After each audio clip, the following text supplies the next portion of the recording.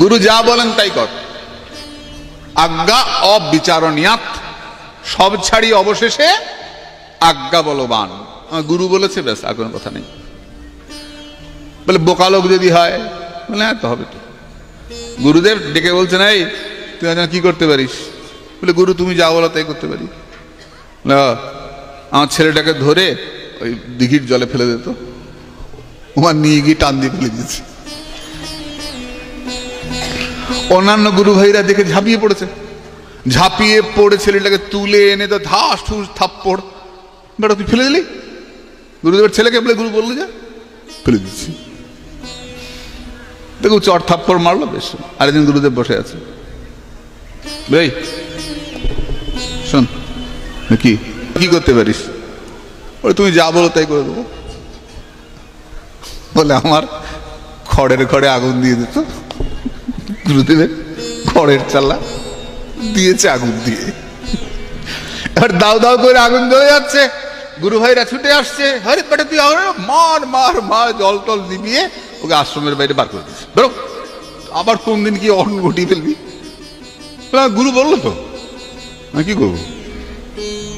ওই রোজ একবার আসবি, প্রণাম করে চলে যাবি, খবরদার তো আশ্রমে থাকবে। তো রোজ আসে, প্রণাম করে চলে যায়, আশ্রমে থাকে না, গুরু ভাইরা থাকতে দেয় না। কি অঘটন ঘটিয়ে ফেলতো আরেকদিন। গুরুদেব চলে যাচ্ছেন, অন্তিম শয্যা, গুরু ভাইরা ঘিরে দাঁড়িয়ে আছে।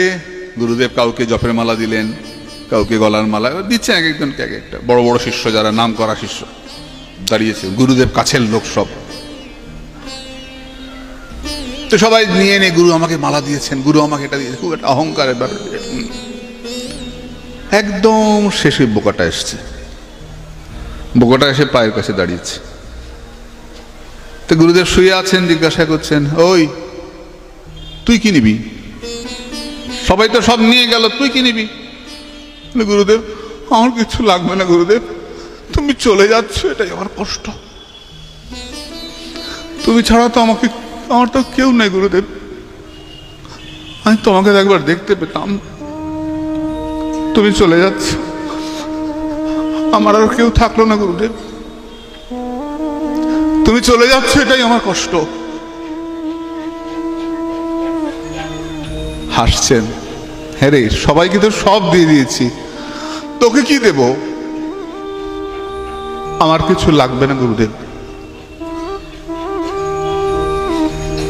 গুরুদেব কাছে ডেকেছেন, কাছে কাছে দাঁড়িয়েছে, ওর মাথায় হাত রেখেছেন, রেখে বলছেন, শোন, আমি তো সবাইকে সব দিয়েছি, কিন্তু একটা জিনিস এখনো কাউকে দেই নাই, আমার প্রাণ ভরা আশীর্বাদটা কাউকে দেই নাই।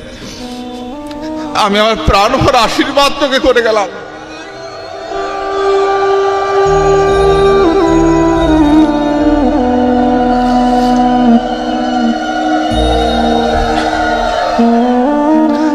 আমি আমার প্রাণ ভরা তোকে আশীর্বাদ করে গেলাম, জগৎগুরু গোবিন্দ তোর শিষ্য হবে, তুই জগৎগুরুর গুরু হবি। যা, গুরু ভাইরা তো তোকে এরকম বললো, তুই জগৎগুরুর গুরু হবি, যা, আশীর্বাদ করে দাও। সেই বোকা ছেলেটা পরবর্তীকালে হয়েছিলেন সান্দীপনী মুনি। গোবিন্দ যার কাছে এসেছিলেন, যার কাঠের বোঝা মাথায় নিয়েছিলেন, যার গুরু সেবার দৃষ্টান্ত স্থাপন করেছিলেন, যার মৃতপুত্রকে ফেরত দিয়েছিলেন, সেই সান্দীপনী মুনি কৃষ্ণকে আশীর্বাদ করে বলেছিলেন, গচ্ছতাং সগৃহং বীরৌ কীর্তিবামস্ত পাবনী। যাও বীর, ঘরে ফিরে যাও, তোমাদের কীর্তি অক্ষয় হোক, আমি গুরু আশীর্বাদ করে দিচ্ছি। এই গুরুর গুরু, গুরুকে আমাদের কৃষ্ণ, বন্দে জগৎগুরুম, জগৎগুরুকে কৃষ্ণ, জগৎগুরুর গুরুকে শান্তিপনী। শান্তিপনীর কি ছিল? কিচ্ছু ছিল না, শুধু গুরু প্রসন্ন ছিলেন, এটাই তার সম্পদ, আর কিচ্ছু তার ছিল না, গুরুর প্রসন্নতা। আমার গুরু প্রসন্ন হয়েছেন, আমার গুরু প্রসন্ন।